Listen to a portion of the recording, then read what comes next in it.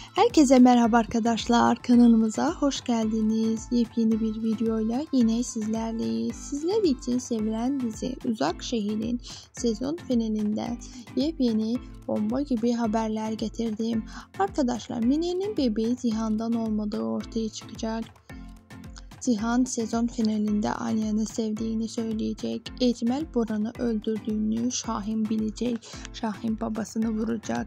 Çağla Şimşek Kaya'nın evleneceği kişi olarak diziye dahil olacak. Demir Zerrin'i seviyor. Kaya bebeğin ondan olduğunu düğün günü öğrenecek. Nare Şahin'le gidip geri dönecek. Özkan ilerleyen bölümlerde iyileşecek. Diziden ayrılmayacak. Şimdilik benden bu kadar arkadaşlar. Bir sonraki videolarımızda görüşmek üzere. Hoşça kalın. Videoları beğenerek paylaşmayı, yorum yapmayı unutmayın.